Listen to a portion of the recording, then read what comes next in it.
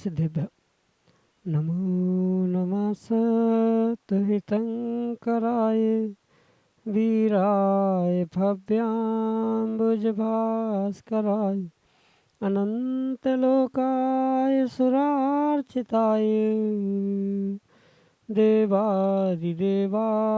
नमो जिनाय देवादिदेवाय नमो जिनाय। पंच परमिष्टि भगवान की जय। परम पूज्य आचार्य भगवंत गुरुवर विशुद्ध सागर जी मुनि महाराज की, परम पूज्य मुनि श्री सुप्रभ सागर जी महाराज की, शाश्वत तीर्थराज समेत शिखर जी की जय। समीचीन विकल्पों का सम्यक समाधान। सम्यक ज्ञान की वह अनूठी विधा जो निश्चित ही हमारे मन को निर्विकल्पता की ओर ले जाने वाली है, क्योंकि मन की निर्विकल्पता ही आत्मा का वास्तविक सुख है। और ऐसे आत्म सुख की प्राप्ति का परम पूज्य आचार्य भगवंत गुरुवर विशुद्ध सागर जी महाराज के मंगल सुभाषित से परम पूज्य मुनि श्री सुप्रभ सागर जी महाराज ने हमें वह उपाय प्रदान किया है, जिसके माध्यम से हम अपने ही मन के विकल्प को समीचीनता प्रदान करते हुए उसे गुरु के सम्मुख प्रेषित करते हुए आगम के परिप्रेक्ष्य में सम्यक समाधान प्रदान करते हैं। और वही सम्यक समाधान हमारे आत्मा कल्याण का पथ प्रशस्त कराने वाला होता है। परम पूज्य मुनि श्री सुप्रभ सागर जी महाराज शाश्वत तीर्थराज समेत शिखर की ओर विहार करते हुए आपको निर्विकल्पता का मार्ग प्रदान कर रहे हैं। आप भी अपना समीचीन विकल्प भेजते हुए परम पूज्य मुनि श्री से आगम के परिप्रेक्ष्य में उसका सम्यक समाधान प्राप्त करने का पुरुषार्थ करें। प्रारंभ करते हैं आज का सम्यक समाधान। और आज के पहले विकल्प के लिए डॉक्टर मगन जैन, श्रीमती चंदा जैन, आष्टा मध्य प्रदेश से महाराज श्री के श्री चरणों में बारंबार नमोस्तु करते हुए अपना प्रश्न रख रहे हैं कि महाराज श्री बिना वजह या बिना प्रयोजन के पापों से कैसे बचें। हमारे समीचीन विकल्प का सम्यक समाधान करने की अनुकंपा करें। नमोस्तु महाराज जी, नमोस्तु। ओम नमः सिद्धम। परम पूज्य आचार्य भगवान गुरुवर विशुद्ध सागर जी महाराज की यह सत्य है कि वर्तमान में जीव बिना प्रयोजन के, बिना वजह के ही समझे अनसमझे में बहुत सारे पापों को करता है। और ये भी वो बहुत अच्छे से जानता है कि पापों का फल उसे दुर्योनियों में, दुर्स्थानों में किस प्रकार से पड़ने वाला है, पर फिर भी वह बुद्धिपूर्वक उन पापों से, उन क्रियाओं से बचने का प्रयास नहीं कर पाता, जिसे आगम के परिप्रेक्ष्य में अनर्थ दंड रूप पाप स्वीकार किया गया है। ऐसे बहुत सारे अनर्थ दंड कार्य जीव अपने प्रतिदिन के जीवन में, प्रतिदिन की क्रियाओं में प्राप्त करता है। और अधिकांश ये बिना प्रयोजन के पाप जो वह मन से सोचे सोचे, मतलब विचार करते करते कर पाता है, उतने वह पाप, उतने बिना प्रयोजन के कार्य वह शरीर से नहीं कर पाता जितना कि वह मन से कर चुका होता है। ऐसी स्थिति में इन पापों से बचने के लिए श्रावकों को विशेष करके बुद्धिपूर्वक यह निर्णय करने की आवश्यकता है कि ये जो मैं कार्य कर रहा हूँ, ये जो विचार कर रहा हूँ, इसका प्रयोजन क्या है, इसका अभिप्राय क्या है, किन कारणों से, किन प्रयोजनों से इन क्रियाओं को कर रहा हूँ। ये समझे बिना इन पापों से बचने का कोई भी साधन प्रकट नहीं हो सकता। सबसे पहले तो व्यक्ति को ये समझने की आवश्यकता है कि वह गलत कर रहा है, पाप कर रहा है, और वो पाप भी बिना प्रयोजन के कर रहा है। ये जब तक उसे अनुभूत नहीं होगा, समझ में नहीं आएगा, तब तक किसी भी प्रकार से वह पापों से बचने की संभावना ही प्राप्त नहीं हो सकती। क्योंकि बिना प्रयोजन के ऐसे बहुत सारे पाप होते हैं जिनका नामोल्लेख करना ही वर्तमान में संभव नहीं है, क्योंकि प्रत्येक व्यक्ति के अपने अपने स्वयं के विवेक अविवेक से जीवन में ये बहुत सारे ऐसे अप्रयोजन भूत पापों को वह प्राप्त करता है। जैसे दूसरे के बारे में बुरा सोचना, दूसरे को पाप का उपदेश करना, विकताओं का चिंतन करना, विकताओं के चिंतन के साथ साथ उन्हीं क्रियाओं से अपने आप को उद्घाटित करते रहना या उन्हीं क्रियाओं में संलग्न होना, ये बिना प्रयोजन के पापों से बचने के लिए उन प्रत्येक क्रियाओं के पीछे, चिंतन के पीछे, विचार के पीछे व्यक्ति को ये सोचने और समझने की आवश्यकता है कि इसका प्रयोजन क्या है। मैं ये कार्य करने जा रहा हूँ, ये चिंतन करने जा रहा हूँ, इससे मेरा क्या सिद्ध होने वाला है। ये सोचने से ही कुछ हद तक वह पापों से बच सकता है। अन्यथा वह मात्र सोचने से या कोई बाहर के उपाय करने से वह इन बिना प्रयोजन के पापों से बच नहीं सकता, संभव नहीं हो सकता। इसलिए पहले उन बिना प्रयोजन के होने वाले पापों को समझे, क्रम क्रम से उसके प्रयोजन तक पहुंचने का प्रयास करे और बुद्धिपूर्वक इन पापों को समझने के कारण से उससे दूर होने का प्रयास स्वयं से ही करने का पुरुषार्थ करना होगा, तो ही वह बाहर के अप्रयोजन भूत पापों से बच सकता है। श्रावकों के लिए जो हिंसा की भी व्याख्या या हिंसा की भी छूट कही गई है, वहाँ भी कम से कम संकल्पी हिंसा, संकल्पी पापों से बचने का पुरुषार्थ व्यक्तिगत रूप से श्रावकों को करना होगा और वह तभी संभव है जब वह उसके बारे में जानना सीखे। मेरा कार्य किस प्रयोजन का है, क्या यह अनर्थ दंड रूप है या वास्तव में कोई प्रयोजन भूत है, इससे मेरी श्रावक अवस्था की या मेरे जीवन संबंधी कौन से कार्य की सिद्धि हो रही है, ये भी वहाँ चिंतन विचार की धारा में प्रति समय प्रतिपल प्राप्त होने की आवश्यकता है। तभी इन अप्रयोजनभूत पापों से व्यक्ति बच सकता है, अन्यथा नहीं। यही आपके लिए सम्यक समाधान। श्रीमती संगीता जैन, भोपाल, मध्य प्रदेश से महाराज श्री के चरणों में बारंबार नमोस्तु निवेदित करते हुए अपना प्रश्न रख रहे हैं कि महाराज श्री, एक स्तुति में ऐसा बोला गया है कि जैसी हुई तेरी दशा वैसी में उर्धारी, इसका आशय क्या है? हमारे समीचीन विकल्प का सम्यक समाधान करने की अनुकंपा करें। नमोस्तु महाराज जी, नमोस्तु। यहाँ भगवान आदि की स्तुति करते हुए कवि ने लिखने का प्रयास किया है कि भगवान, आप तो वीतरागी हो, वीतरागी अवस्था को आपने प्रकट कर लिया है, पर जैसे जिस दशा को, जिस अवस्था विशेष को आपने प्राप्त कर लिया है, प्रकट कर लिया है, वह दशा अगर शक्ति के अपेक्षा से हम देखें तो वह शक्ति की अपेक्षा से वह दशा मेरी भी होती है या मेरी भी वास्तविकता में वही दशा है।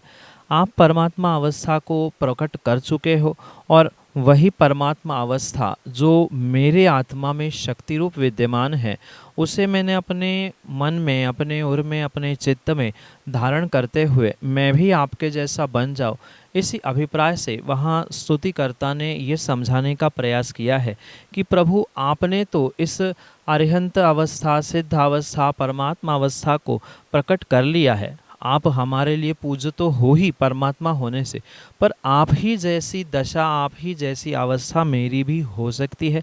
उस शक्ति को मैंने प्राप्त कर लिया है, बस मुझे अभिव्यक्त करना है। और पुनः पुनः आपके बारे में चिंतन करने से, पुनः पुनः आपकी स्तुति करने से संभावना है कि मैं उस दशा को, उस अवस्था को पूर्णता प्राप्त कर लूँ और उसी दशा को प्राप्त करने के अभिप्राय से ही मैं पुनः पुनः आपकी स्तुति कर रहा हूँ, आपकी वंदना कर रहा हूँ। यही इन पंक्तियों का अभिप्राय है जो कि आपके लिए सम्यक समाधान से। रचित जैन, सतना, मध्य प्रदेश से अगले समीचीन विकल्प के लिए आचार्य श्री विद्यासागर जी महाराज, आचार पद के अनुरूप कितने समय में मोक्ष पद पर आरूढ़ हो जाएंगे, ये मेरी शंका का समाधान करें महाराज जी।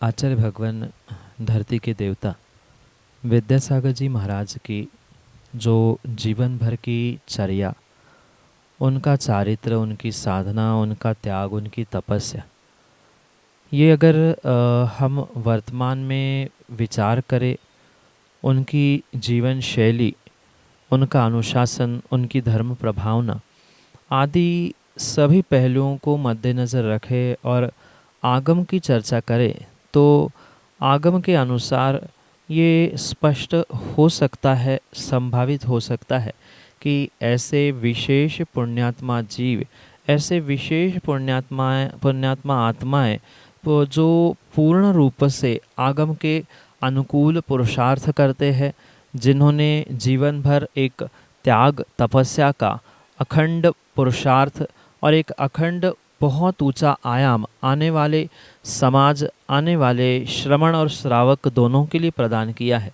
निश्चित ही वे आने वाले समय में 2-3 भव में या अधिक से अधिक 7-8 भव में अपने निश्चित स्थान को, जो कि निर्वाण रूपी मोक्ष सिद्धशीला रूपी हो सकता है, वहाँ प्राप्त करने की पूर्ण रूप से संभावना है। आगम ग्रंथों में स्पष्ट कहा है कि जो जीव ऐसी विशेष त्याग, तपस्या, जीवन भर की साधना, अनुशासन आदि का परिचय देते हुए अंतिम समय में आगम अनुकूल समाधि संलेखना को प्राप्त करता है, वह नियम से निकटतम भवों में मोक्ष रूपी लक्ष्य को अवश्य ही प्राप्त करता है। और वर्तमान के परिप्रेक्ष्य में भगवान विद्यासागर जी महाराज का जो ये जीवन वृत्त रहा, उनकी समाधि संलेखना की साधना, उनकी निष्पृहता आदि सब कुछ अगर वास्तविकता में देखा जाए, समझा जाए, तो नियम से जो आगम का कथन है, उस आगम के कथन के अनुसार 2-3 भव या अधिकतम 7-8 भवों में वह जीव अपने लक्ष्य मुक्ति को अवश्य ही प्राप्त करने की संभावना है। यही आपके लिए सम्यक समाधान। प्रभात जैन, गृह शोभा परिवार, सतना, मध्य प्रदेश से अगले समीचीन विकल्प के लिए। जी के चरणों में त्रय बार नमोस्तु नमोस्तु नमोस्तु। महाराज जी, एक सवाल था, आचार्य गुरुवर विद्यासागर महाराज के जीवन को अगर हम संक्षिप्त में जानना चाहें तो आप क्या कहेंगे? क्योंकि आजकल की युवा पीढ़ी थोड़ा हर चीज़ के विषय में कम जानकारी रखती है, तो थोड़ा संक्षिप्त में आप बताइए कि क्या आप आचार्य विद्यासागर जी महाराज के बारे में कहना चाहेंगे। प्रभात जैन जी, गृह शोभा परिवार, सतना। आचार्य श्री विद्यासागर जी महाराज के जीवन वृत्त को किसी भी प्रकार से संक्षिप्त करना संभव ही नहीं है, क्योंकि 50-60 वर्ष की जिनकी साधना है, जिनकी त्याग तपस्या की चरम उत्कृष्ट दशा है, उनको संक्षिप्त शब्दों में किसी भी प्रकार से समझाना संभव नहीं है।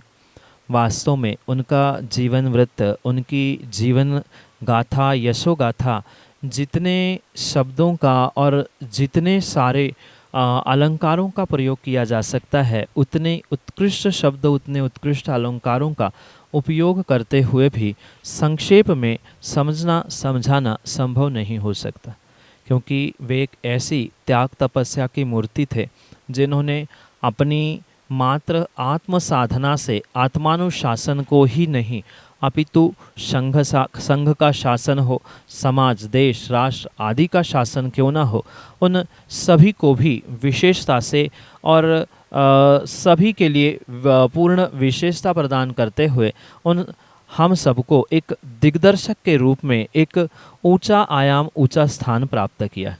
और मात्र बहिरंग प्रभावना ही नहीं, अपितु प्रत्येक धर्म प्रभावना के साथ उन्होंने जो अपनी आत्म प्रभावना की ऊंचाइयों को प्रकट किया है, वास्तव में उसी कारण से वह आज बच्चों के हृदय में छाए हुए एक सर्वोत्कृष्ट साधु, सर्वोत्कृष्ट आचार्य के रूप में हमारे इस देश, राष्ट्र और पूरे समाज में जाने पहचाने नाम के रूप में बहुत अच्छे से प्रसिद्ध थे।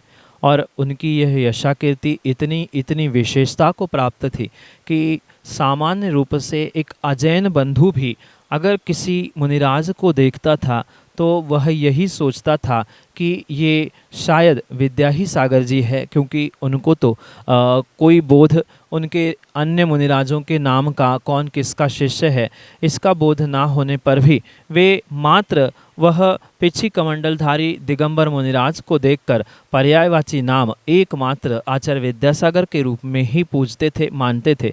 इतनी विशेष ख्याति, इतनी विशेषता उन्होंने अपने पूरे जीवन साधना में प्रकट कर ली थी, क्योंकि किन्हीं शब्दों का, किन्हीं अलंकारों का प्रयोग अगर किया जाए तो उनका जो जीवन वृत्त है वह पूर्ण रूप से मृत हो सकता है, संक्षिप्त हो सकता है, पर मेरे हिसाब से वे स्वयं अमृत स्थान को प्राप्त कर चुके हैं। जो समाधि साधना, जो समाधि संलिग्न की साधना उन्होंने अपने अंतरंग परिणाम और परिणामों के विशुद्धि के साथ प्राप्त की है, वास्तव में हर जीव उस लक्ष्य तक प्राप्त करने का, उसे प्राप्त करने का पुरुषार्थ करे। और यही उनके जीवन के बारे में, जीवन वृत्त के बारे में हम कुछ संक्षेप से समझ सकते हैं। पर ये परम सत्य समझना कि शब्दों में, अलंकारों में किसी प्रकार से ऐसे महान आचार भगवंतों को बांधना संभव नहीं हो सकता।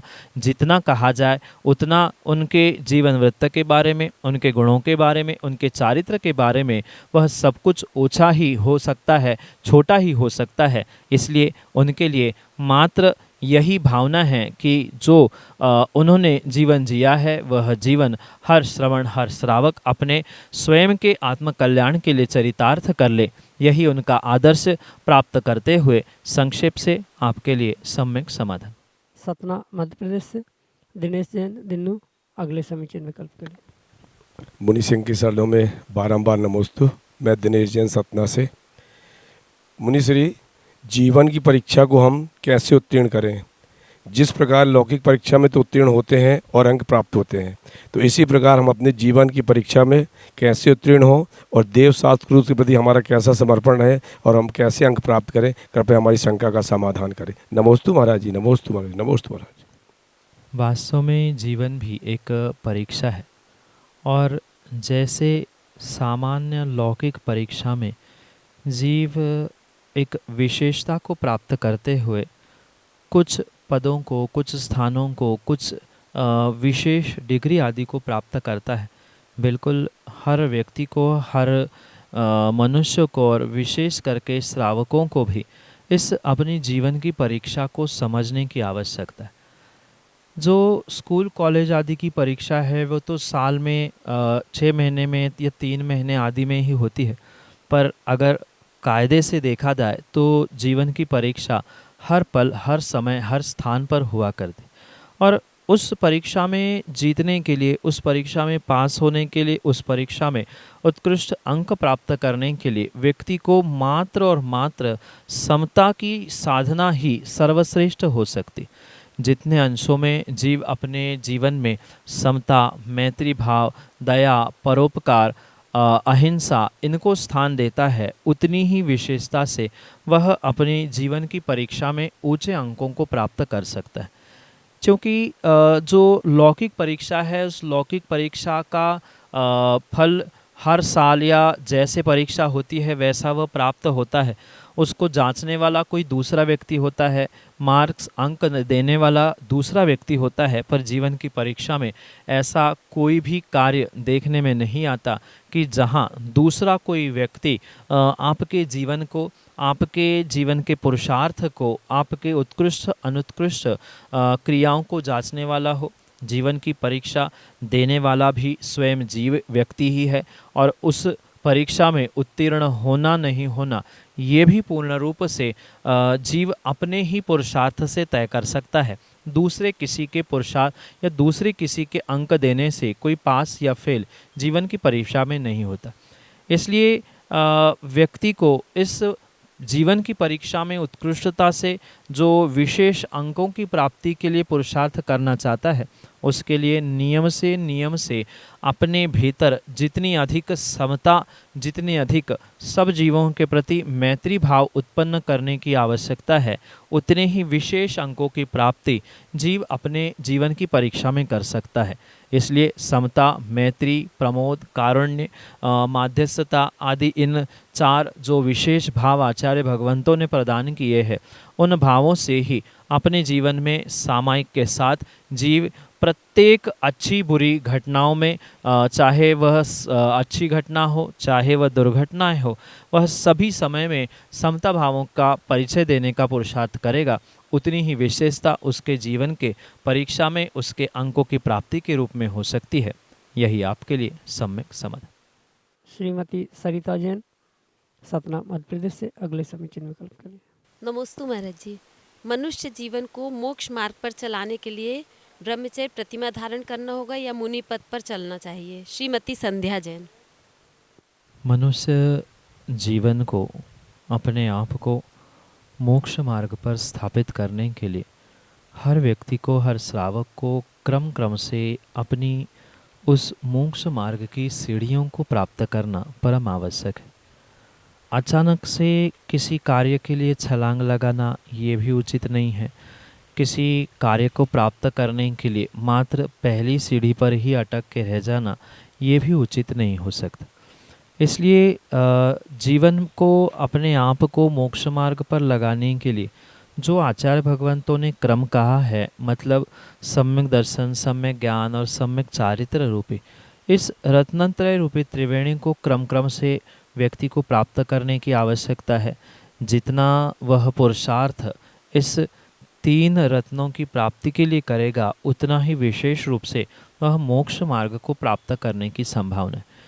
मात्र ब्रह्मचर्य धारण करना या मुनिपद धारण करना इतना ही आवश्यक नहीं है, अपितु इसके साथ साथ हमारे श्रद्धा परिणाम कहाँ जा रहे हैं, हमारा ज्ञान सम्यक ज्ञान है कि नहीं, हमारी क्रियाएं वास्तव में चारित्र पूर्ण सम्यक चारित्र रूपी है कि नहीं है, ये भी निर्णय करने की आवश्यकता है। क्योंकि कई सारे ऐसे जीव भी भूत में हुए वर्तमान में हो सकते हैं जो मात्र मुनि अवस्था, मुनिव्रत, मुनि पद को तो धारण करते हैं, पर भावलिंगी अवस्था को उन्होंने शायद प्राप्त करने का प्रयास नहीं किया। इसलिए ब्रह्मचर्य के साथ साथ ही उन मुनि पदों को धारण करने से ही जीव मोक्ष मार्गी हो सकता है। मात्र ब्रह्मचर्य धारण करना ये कोई जीवन का लक्ष्य नहीं हो सकता। आने वाले समय में कम से कम अणुव्रतों के साथ एक देश चारित्र को प्राप्त किए बिना जीव अपने आत्मा का कल्याण नहीं कर सकता। पूर्ण रूप से मोक्ष मार्ग की प्राप्ति तो कायदे से देखा जाए आगम के परिप्रेक्ष्य में तो सम्यक दर्शन, सम्यक ज्ञान, सम्यक चारित्र रूपी भावलिंगी मुनि अवस्था को प्राप्त करने से ही संभव है, अन्य किसी प्रकार से नहीं। इसलिए मात्र ब्रह्मचर्य धारण करने से किसी प्रकार से मोक्ष मार्गी ही बन गए हैं ये आवश्यक नहीं है। पर किन्हीं कारणों से जीव अगर महाव्रतों को धारण नहीं कर रहा है तो ब्रह्मचर्य के साथ अणुव्रत रूपी एक देश चारित्र को तो प्राप्त करना ही होगा, तो ही वह अपने मोक्ष मार्ग को प्राप्त कर रहा है, करने का प्रयास कर रहा है, ऐसा निर्णय किया जा सकता है। यही आपके लिए सम्यक समाधान।